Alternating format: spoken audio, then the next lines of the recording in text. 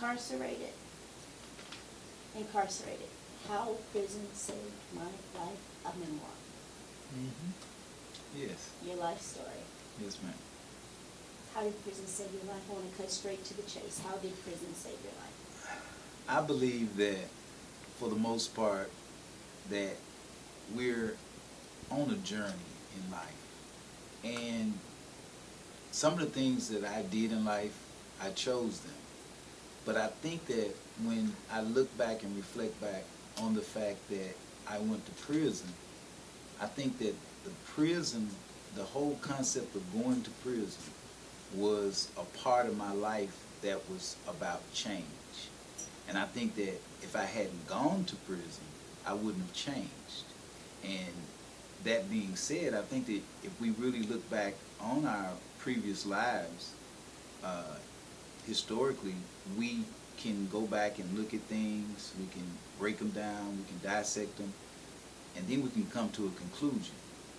And that's what I basically did. I concluded that prison saved my life in many ways, not just from the drug culture. It was from the type of lifestyle that I had chose to live, as far as going out to clubs and all of that. And anything can happen in the club scene.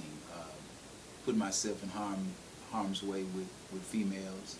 And I think that when I was able to sit down in prison and reflect, and also participate in a program called SATP, which was the Substance Abuse Treatment Program, I had to take that in order to get out early, although I didn't get out early from that program, but it was a prerequisite.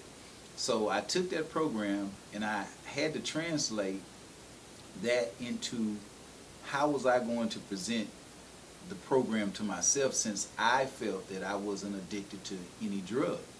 So I put it down that I was addicted to making money, addicted to selling drugs. I was addicted to a lifestyle. So that's why when I did my little inventory, I found out that, hey, look, I need to change.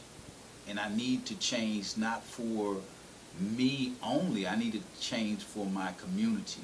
I need to make a change that will be holistic. So that was my approach to how prison saved my life. So how many years did you do? I did 6.5 calendar years on a 40-year sentence. So let's go back to before, the lifestyle you were talking about that you needed to change from. You were arrested for? Selling drugs, possession of 2 kilograms of cocaine. And that's about what street value? Depending on the authorities. The authorities say it's about $200,000. They're selling it at $100 a gram. But we didn't sell grams at $100 a gram. Most of the time you were selling what we call zones or ounces, and those ounces were sold at approximately $1,200 to $1,500. And there's approximately 36 ounces in a kilogram of cocaine. So, you know, you can do the math, and it's not $200,000. So when you're doing the wholesale bidding, it's kind of like, you know, you may make $40,000 or $50,000 off a kilogram if you're selling them in ounces. So at that time, what year was that?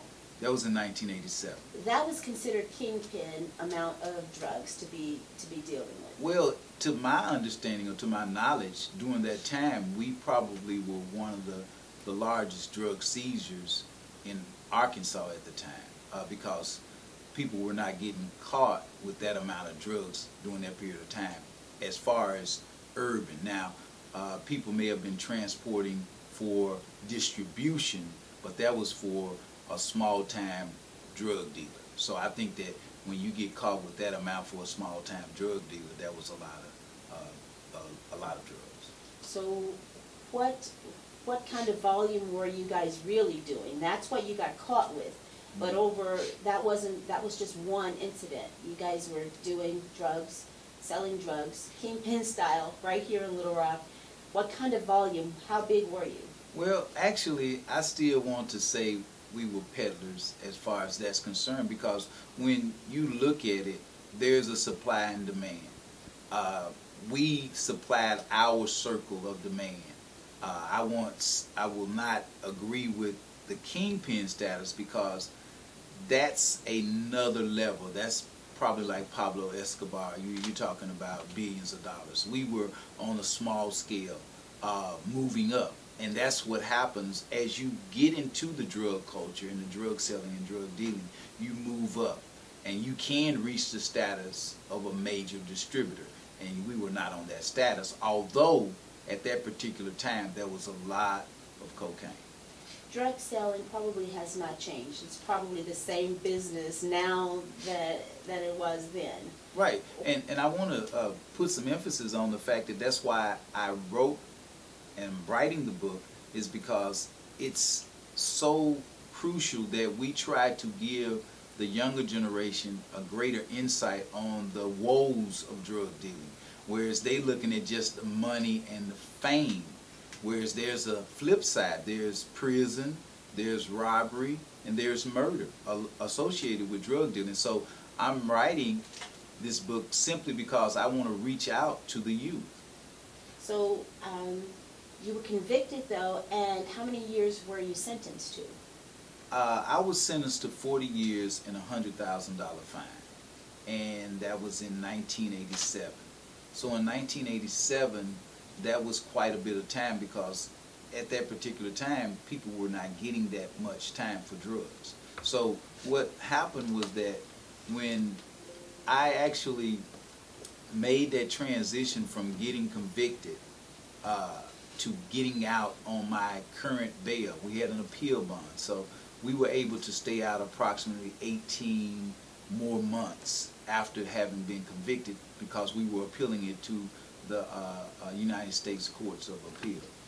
I'm going to go through the entire process, because your arrest, it was quite monumental in the state of Arkansas as far as who it involved. So we're gonna put that to the side for a moment, because I still want to deal with how prison saved your life. So you got that 40-year sentence.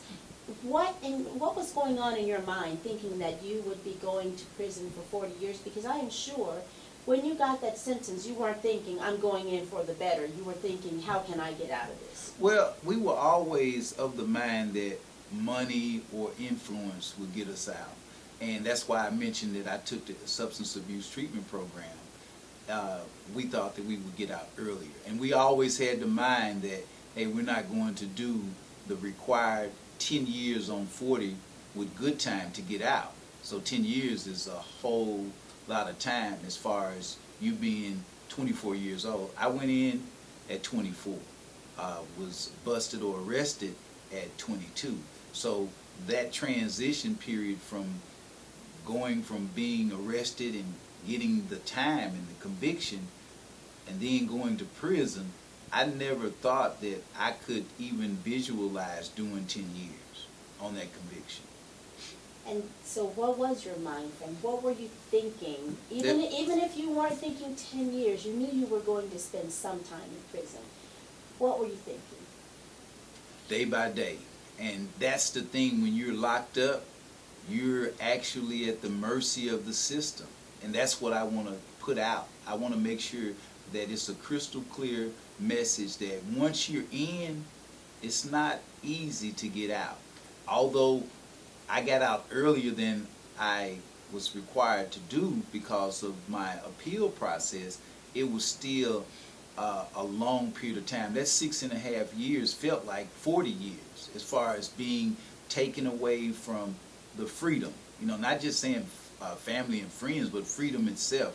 And people don't understand what freedom is until they get locked up.